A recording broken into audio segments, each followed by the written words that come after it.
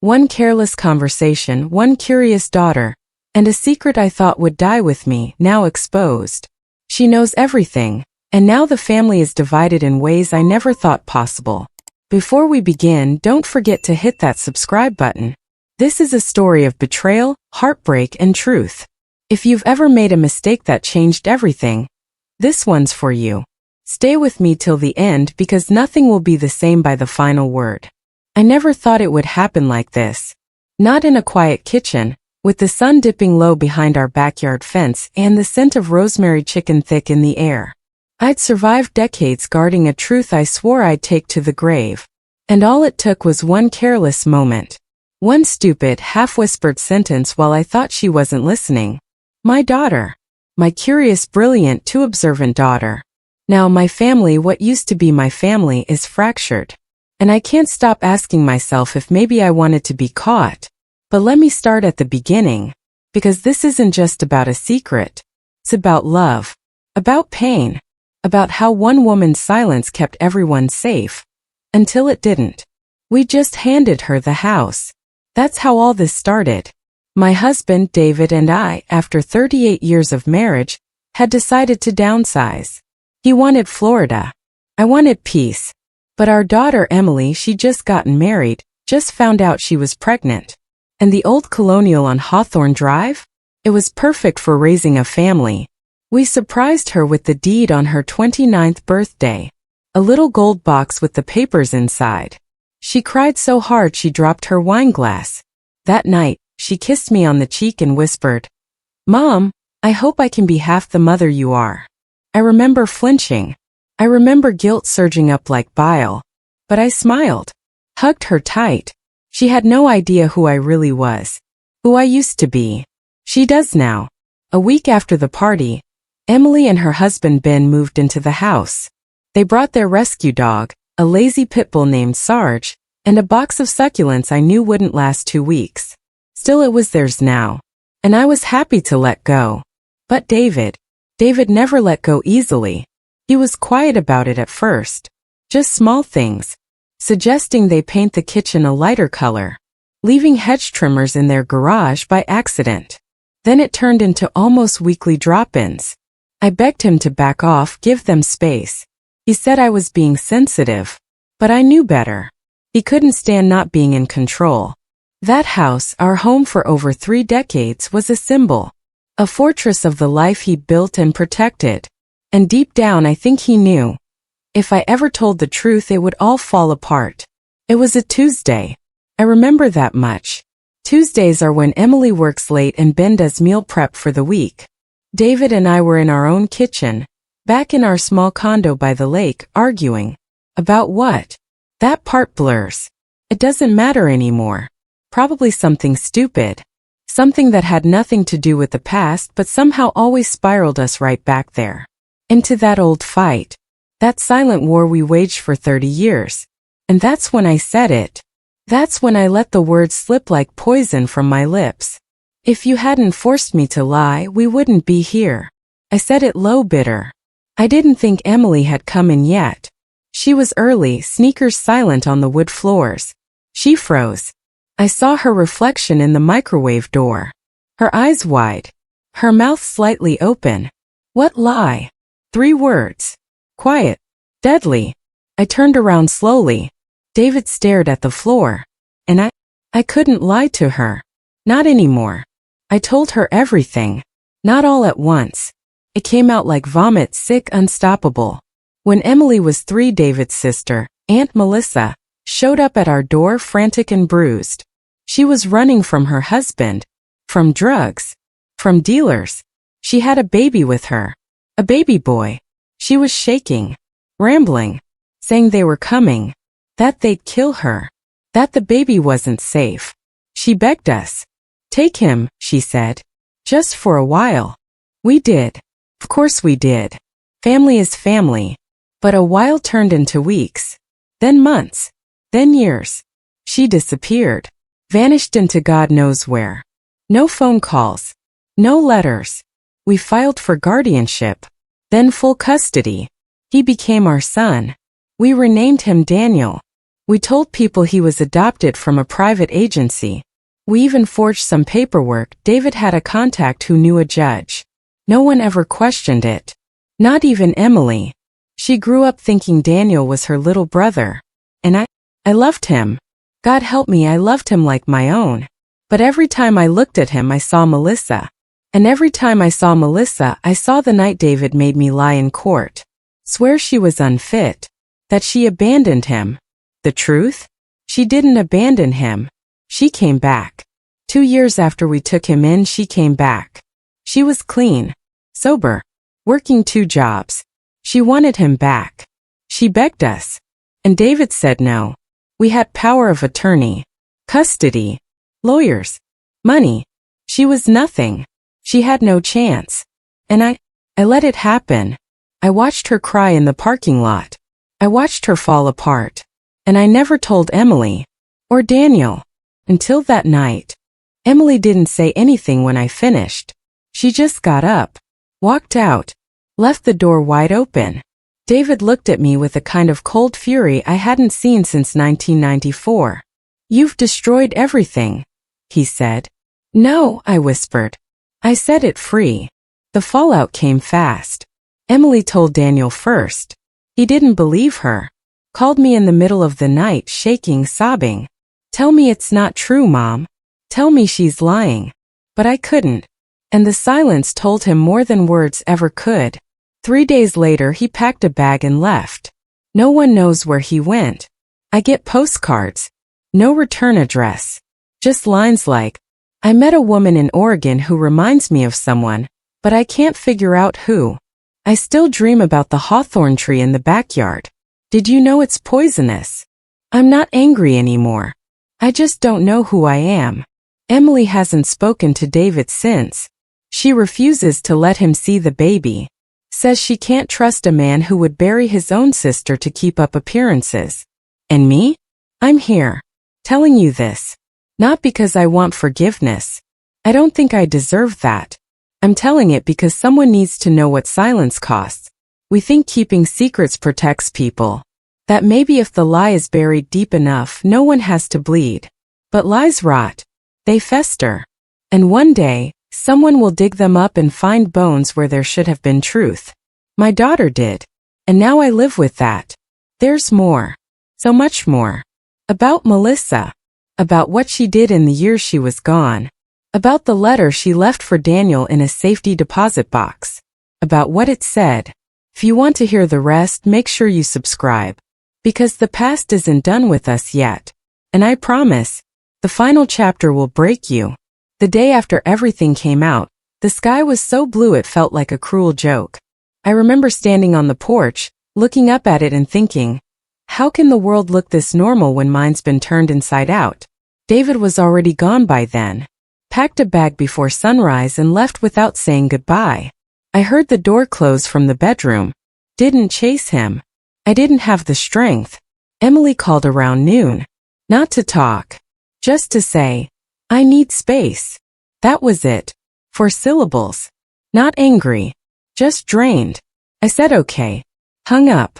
Then cried until my chest hurt. The house was so quiet. Too quiet. I walked through each room like I was saying goodbye to someone who wasn't dead yet. And in a way I was. We met Melissa at a bus station in Pittsburgh. She was barefoot, holding a crying infant in a dirty blanket, and shaking so badly I thought she'd collapse.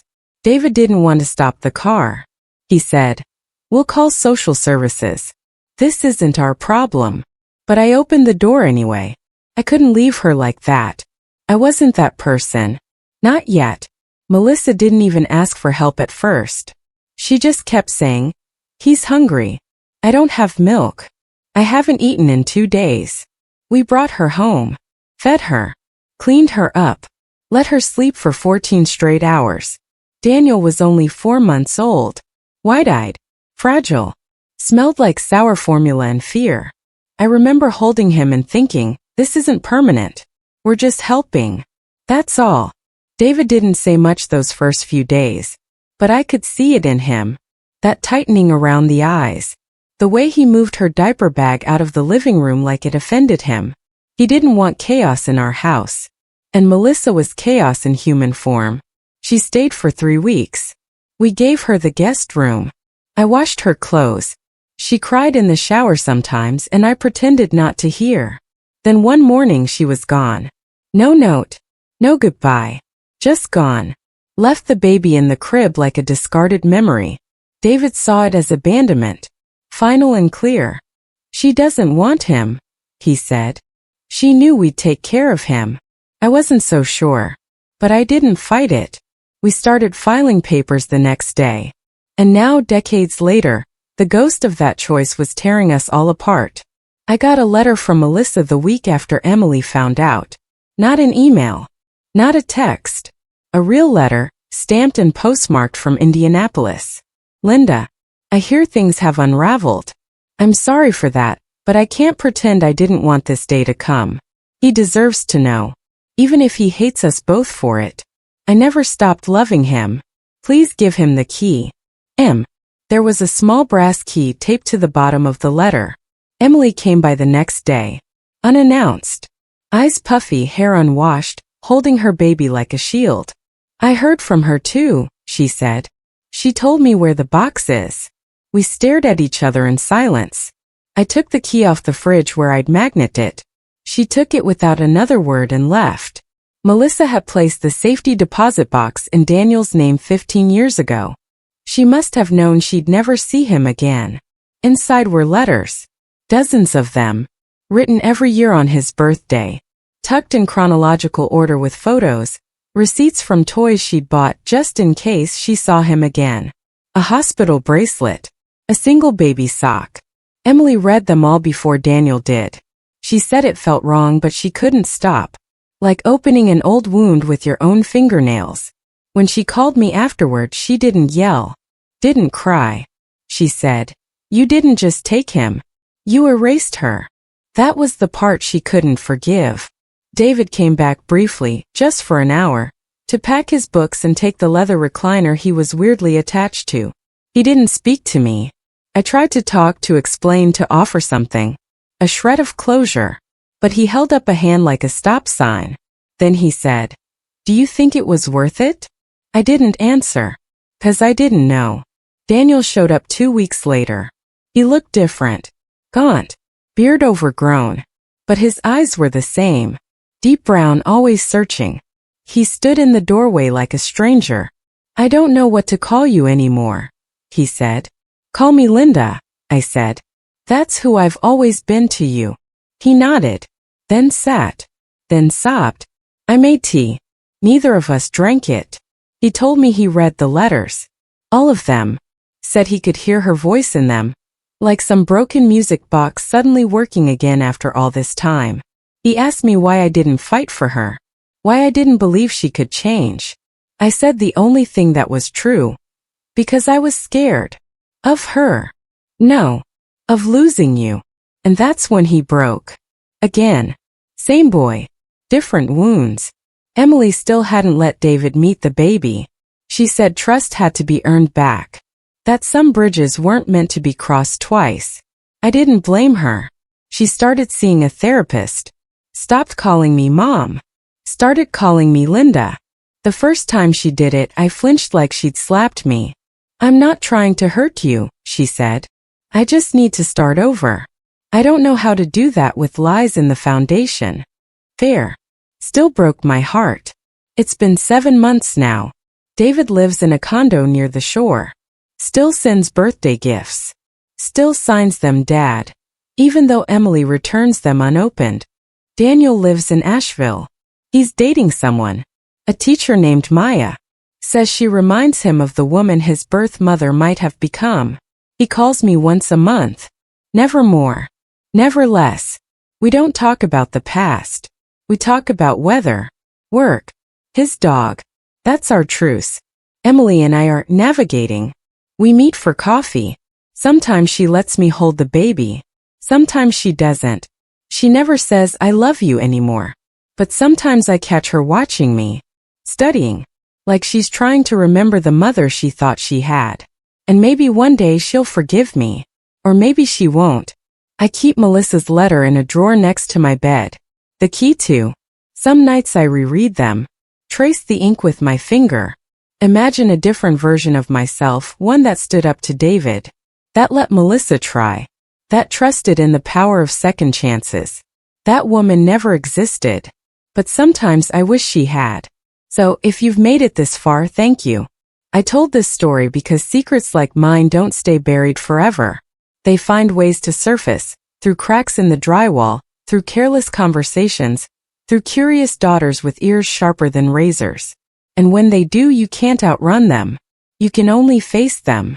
So subscribe if you haven't already, because in the next chapter, I'll tell you what Melissa said the last time I saw her, and how that moment changed everything I thought I knew. Again. I didn't expect to see Melissa again. After the letters, after the key, after Daniel left for Asheville and Emily stopped calling me Mom, I thought maybe that chapter had closed. That she'd disappear again as she always had. Quiet. Smoke-like. But then she showed up. In person. She was standing on my front porch, wearing a faded blue raincoat and holding a bouquet of wilted daisies. "Hi," she said, like we hadn't lost 25 years in the space between visits. My first thought wasn't anger, or guilt, or fear. It was, she looked so old. I let her in, because how could I not? Melissa had never been the kind of person to linger. She moved like a storm, fast, loud, uncontainable. But that day she was different. Quieter. Smaller. As if years of absence had shrunk her into something fragile and unthreatening. "I heard Daniel found you," she said, sitting on the edge of the couch like it might reject her. "He sent me a letter. Said he wasn't ready to talk. But he was grateful." I nodded. "I didn't come to reopen wounds," she added.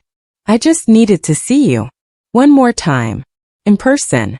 With everything out in the open." I made tea. Again, neither of us drank it. The last time I saw her before this was in a courthouse hallway 2 decades ago. She was wearing a blazer 3 sizes too big, shaking, trying to speak to the judge. Her case had already been lost. The lawyers had torn her apart piece by piece.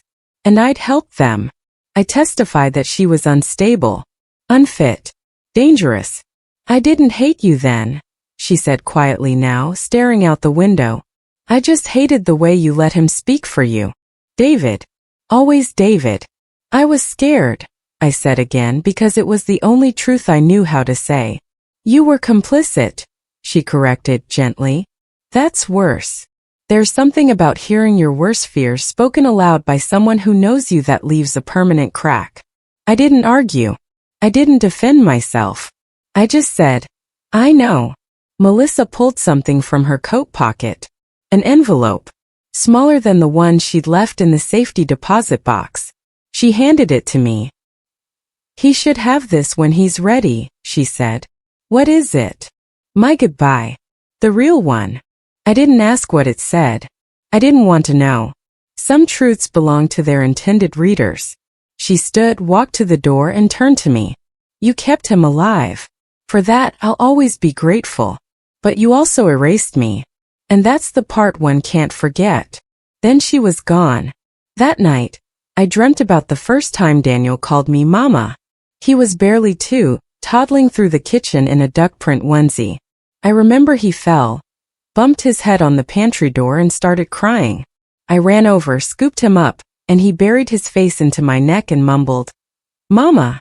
And I said it back without thinking, without hesitating. And I never told him otherwise. A month later, Daniel came to visit. He brought Maya.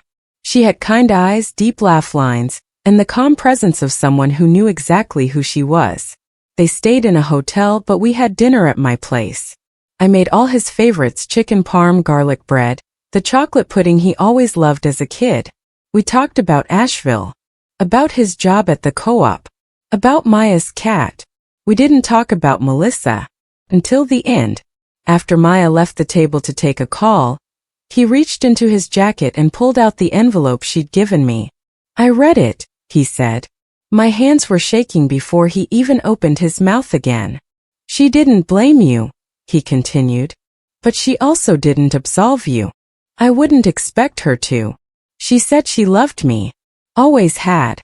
Even when she was gone. even when she was high, even when she thought she might never see me again. I nodded silently. He looked at me with something between exhaustion and peace. I believe her, he said. And that's not your fault. But it's not hers either. We sat in silence for a long time after that. Then he asked something I wasn't prepared for. Can I see the old photos? Felt like a small mercy. A quiet olive branch. I got the albums from the closet and we flipped through them together. His baby photos, his first birthday, Halloween in the pumpkin costume. The time Emily dressed him up like a dinosaur against his will. We laughed. Really laughed. And I thought, maybe this is what healing looks like. Emily didn't come to that dinner. She said she wasn't ready. But she called me 2 days later. Did he ask about me? She asked. Yes, I said. And he misses you. You're still his sister, Emmy. I don't know if that's true anymore. It is, I said gently. Blood or not. She didn't respond right away. Then, can I come over? We sat in the living room, just the two of us, with the baby asleep in her arms. I used to think we were the perfect family, she said softly. Even with the fights. Even when Dad was distant. I know. I feel stupid for believing it. You weren't stupid. You were a child. She looked at me then. Really looked. You lied to all of us, Mom. I nodded. Yes. I don't know if I'll ever forgive you. I don't expect you to. But I want to try. The road back to trust isn't straight. Some days she calls. Some days she doesn't.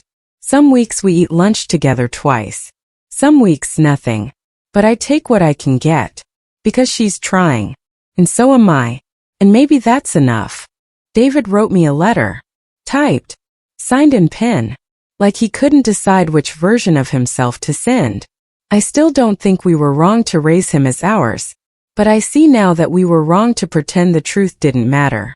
That was my failure. One of many. I hope someday Emily forgives me too. Take care of yourself. For whatever it's worth, I did love you. D. I didn't reply.